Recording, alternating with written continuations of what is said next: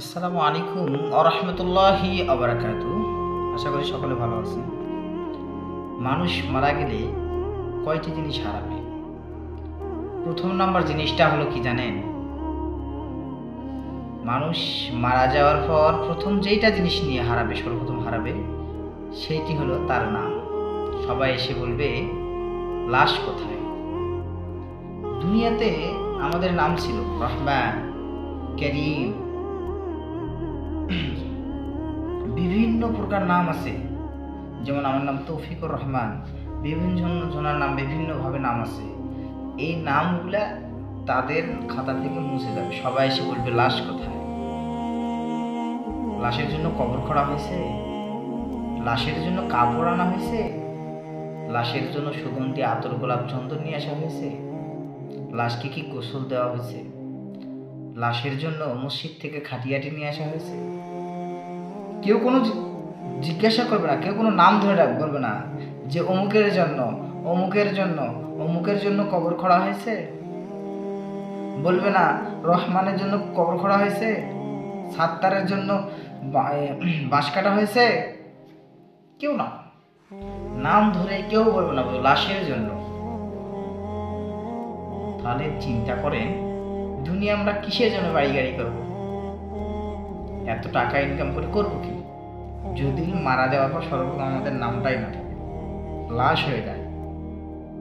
এর থেকে আর দুঃখজনক বিষয় কিছু হতে পারে না। দুনিয়ার জামানার মধ্যে আপনি যতদিন পর্যন্ত বেঁচে থাকবেন, আপনার যদি ভালো কাজ না থাকে, এলমে দিনের জ্ঞান না থাকলেও যদি আপনি ভালো পথে চলেন, তাহলে আপনার জন্য পরকালে জান্নাত মুক্তি নাজাত পাইবেন। আর যদি দুনিয়ার মধ্যে আপনি খারাপ কাজ করেন, অবশ্যই আপনাকে কবরের মধ্যে ধরা খেতে হবে। কঠিন কিয়ামতের ময়দানে বিচারের কাজ করে আপনাকে দাঁড়াতে হবে, সেখানে ধরা খাইতে হবে এবং জাহান্নামের মধ্যে থাকতে হবে।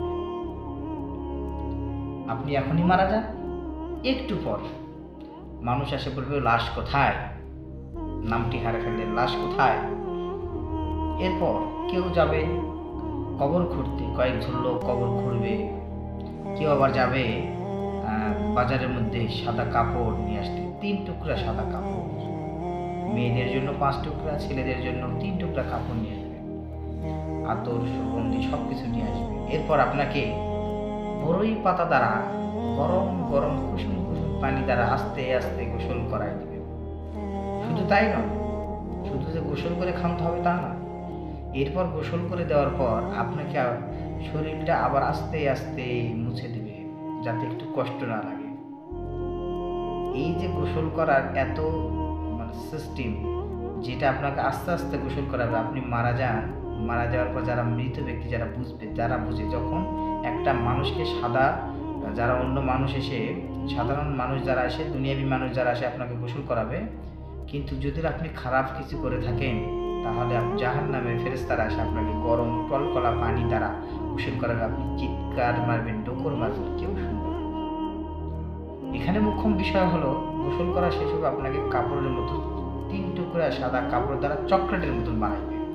দুনিয়ায় আমরা যখন চকলেট খাই, দেখবেন চকলেটের মধ্যে এইদিকেও একটা পেঁচ থাকে, আবার এইদিকে একটা পেঁচটাকে আলগো মোড়ায় খুললে ভিতর থেকে চকলেট পড়ে। আপনার ততটুকু ওই চকলেটের মতন তৈরি করবে।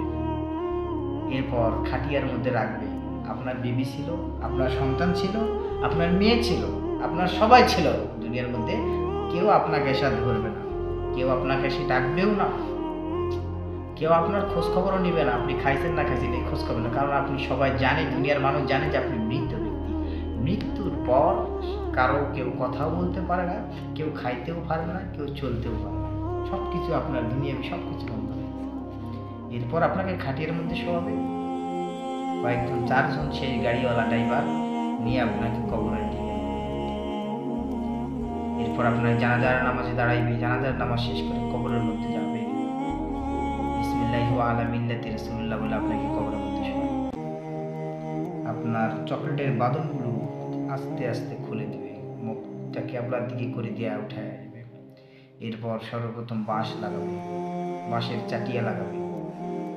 একটি একটি করে বাঁশ যখন দিয়ে দিবে, তখন পৃথিবীটার আলো থেকে আপনি ধীরে ধীরে বঞ্চিত হয়ে থাকবেন। আবার একটা বাঁশ দিবে, আরেকটু বঞ্চিত আলোকিত হয়ে যাবে আলোতে। এইভাবে বাঁশে পরিপূর্ণ করে দিয়ে উপরে কিছু বিছায় দিবে, কলা পাতা বিছায় দিয়ে আপনার উপর মাটিতে ফেলাই দেবে। দুনিয়ার সমস্ত হাওয়া, সমস্ত বাতাস, সমস্ত আলো, দুনিয়ার যা যাবতীয় জিনিস আছে সব থেকে আপনাকে বিরত করে আপনাকে মাটির চাপা দেবে। এরপর সবাই চলে আসবে। এখন যদি আপনি দুনিয়ার মধ্যে ভালো কাজ করেন, তাহলে তখন মুনকার নাকির এসে আপনাকে প্রশ্ন করবে, তাহলে আপনি প্রশ্নের জবাব দিতে পারবেন। আর যদি দুনিয়ার মধ্যে নামাজ, রোজা, হজ, যাকাত কোনো কিছুই না করেন, দুনিয়াবি ভালো কাজগুলো না করেন, মানুষের সুদ খেয়েছেন, ঘুষ খেয়েছেন, জেনা করেছেন, ব্যভিচার করেছেন, মানুষের অন্যায় করেছেন, ক্ষমতার বাহাদুরি দেখাইছেন, তখন আপনার জন্য নিযুক্ত হয়ে যাবে। তখন কি আপনার কবরের মধ্যে দাউ দাউ করে আগুন জ্বলবে, আপনি প্রশ্নের উত্তর দিতে পারবেন না। এটা হলো মুখ্য বিষয়। আমি শর্টকাটে বললাম যাতে আপনারা একটু বোঝেন। এই কথাগুলো বলার একটি কারণ হলো, হায়াতের জিন্দেগি আমাদের বেশি নাই, আমরা বেশি দিন আর বাঁচবো না।